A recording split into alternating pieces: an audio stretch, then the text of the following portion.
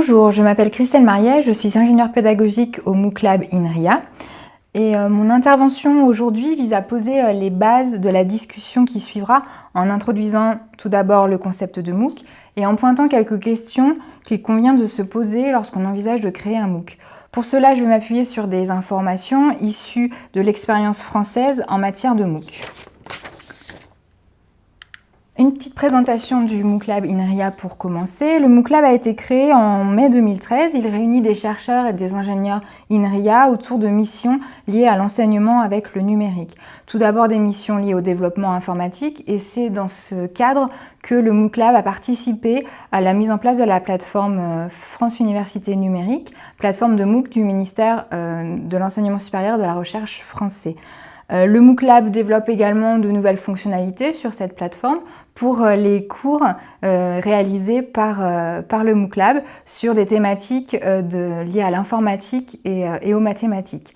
Le MOOC Lab vise aussi à faire émerger des thématiques de recherche nouvelles dans le domaine de l'enseignement en ligne. Et pour soutenir toutes ces actions, toutes ces missions, des actions de veille technologique et pédagogique sont menées au sein du MOOC Lab. Alors, qu'est-ce qu'un MOOC? MOOC est l'acronyme de Massive Open Online Course. Le côté online course n'est pas quelque chose de nouveau, on parle ici de e-learning ou d'enseignement avec le numérique, mais les MOOC ont la particularité d'aborder des formations de niveau supérieur, niveau universitaire, et ils se déroulent également sur des sessions délimitées dans le temps et tutorées par un enseignant la plupart du temps. L'une des grandes spécificités des MOOC est leur côté massif, qui va avoir une implication d'ordre pédagogique tout d'abord, puisqu'il faut penser effectivement la pédagogie de manière collaborative, avec des aspects d'apprentissage par les pairs. Et puis le côté massif a aussi des implications d'un point de vue technologique, puisqu'il faut des infrastructures capables de supporter cette masse de connexion sur un cours. Une autre particularité des MOOC est leur côté ouvert. Les MOOC sont des cours gratuits, ouverts à tous et qui proposent la plupart du temps des contenus qui sont réutilisables librement. Donc ce sont les caractéristiques des MOOC les plus courantes, on va dire, mais tout ceci a tendance à évoluer et autour de l'acronyme MOOC, on trouve maintenant des cours qui vont quand même avoir des aspects plus ou moins massifs, plus ou moins ouverts, avec des modèles de cours qui proposent maintenant des parties payantes, notamment des certifications payantes. On trouve également de plus en plus de MOOC qui sont spécialisés à destination des entreprises. Certains MOOC n'offrent plus de sessions délimitées dans le temps, mais sont ouverts en permanence, ce qui nécessite de repenser certaines modalités d'organisation des cours. Qu'est-ce qu'on trouve dans un MOOC? Un MOOC donc, est composé, se déroule généralement sur plusieurs semaines, en général 4 à 6 semaines. Chaque semaine va proposer des contenus sous forme de vidéos la plupart du temps, accompagnés de quiz sur ces vidéos. En fin de semaine, un devoir, des exercices d'application vont être proposés ou des travaux dirigés, tout dépend du domaine concerné, soit corrigés automatiquement, donc par l'intermédiaire de quiz ou autres exercices, soit on va demander aux apprenants de produire un travail qui va être corrigé par les pairs, donc soumis aux autres apprenants qui vont évaluer à l'aide de critères d'évaluation. L'une des fonctionnalités importantes dans les MOOC réside dans les forums de discussion qui sont mis à disposition, puisque c'est là qu'un grand nombre d'échanges entre les apprenants et qu'une grande part de la formation va avoir lieu. Les MOOC des établissements français sont diffusés sur diverses plateformes, mais de plus en plus, ils sont diffusés sur la plateforme France Université Numérique qui a été lancée en octobre 2013 par le ministère de l'Enseignement supérieur et de la Recherche français. Un bilan a été fait suite au premier semestre d'existence de cours sur cette plateforme, donc premier semestre 2014. On constate que 36 cours avaient été diffusés sur la plateforme, 164 000 comptes y avaient été créés et 298 000 inscriptions à des MOOC avaient été effectuées. Un même apprenant pouvant s'inscrire à plusieurs cours.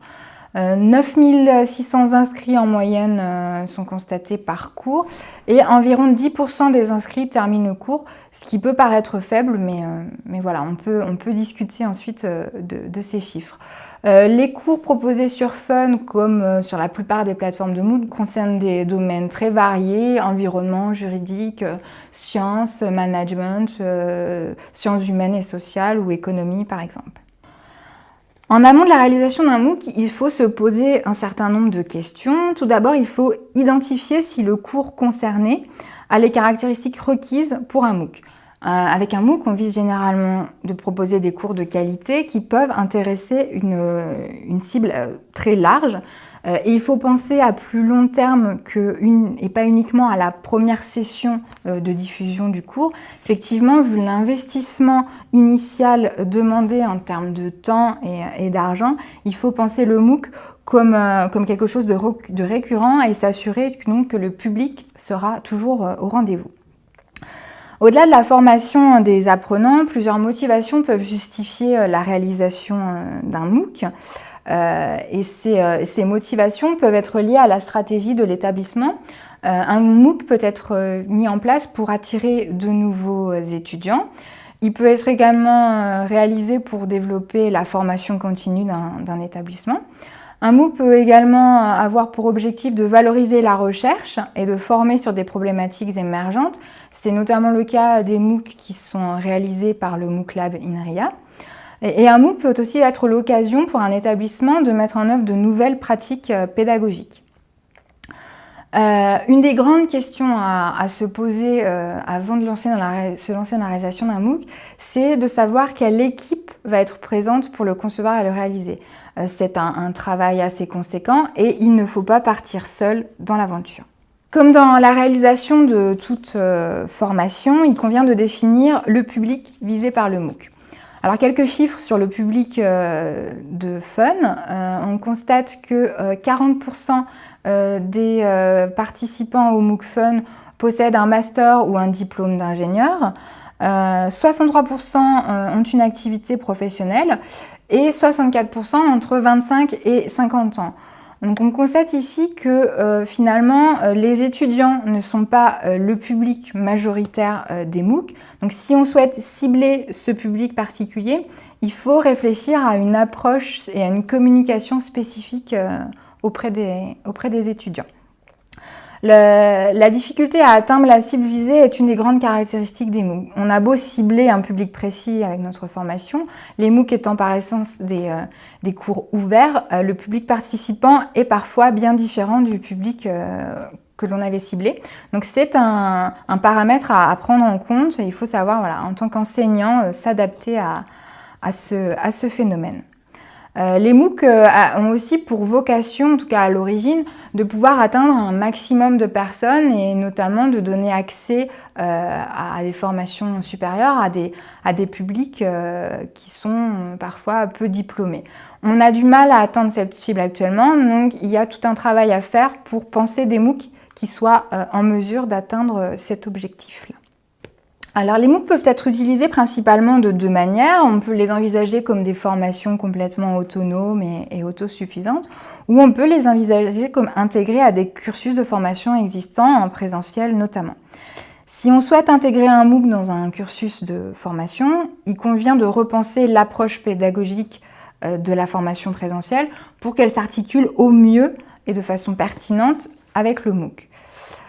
Pour s'assurer au maximum de l'adéquation d'un MOOC avec les besoins du plus grand nombre et permettre ces deux types d'usages, à la fois une formation indépendante mais aussi une intégration dans un cursus existant, une réflexion doit être menée lors de l'élaboration du MOOC sur la durée des séquences de cours proposées, les devoirs, le séquençage du cours, le type de ressources à utiliser. On peut se demander si effectivement la production massive de vidéos est pertinente.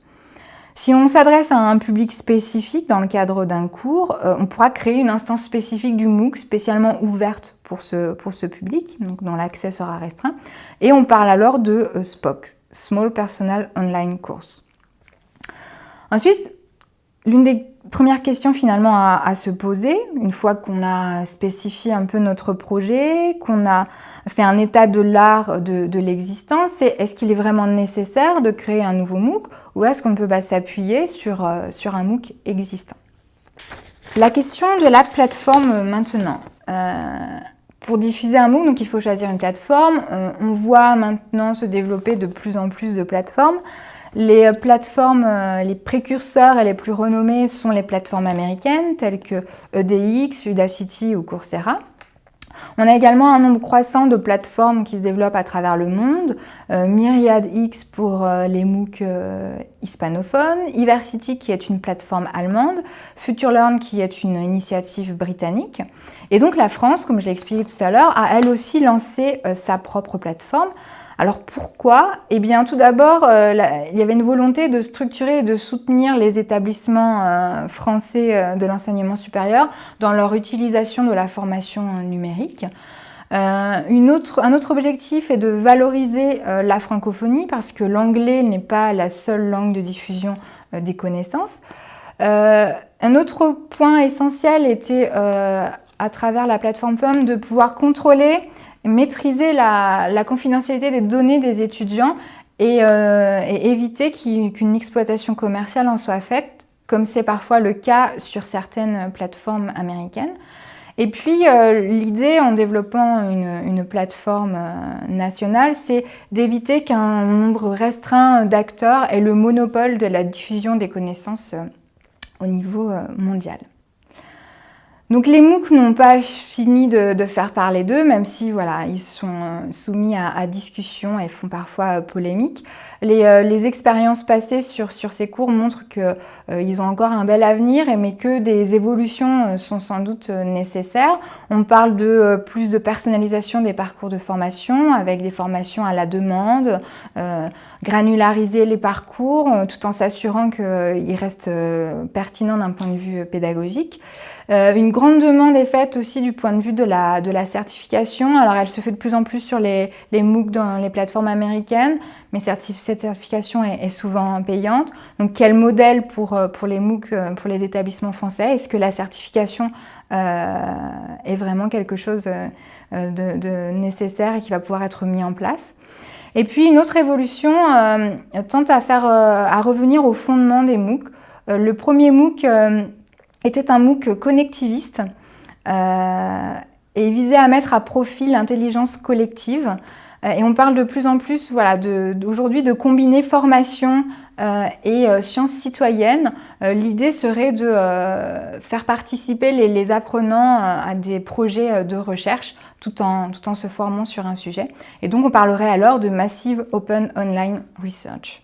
Donc voilà, pour nous contacter, voici quelques informations. Et si vous êtes intéressé par de la veille en e-éducation, n'hésitez pas à vous inscrire à la newsletter Fuchsia.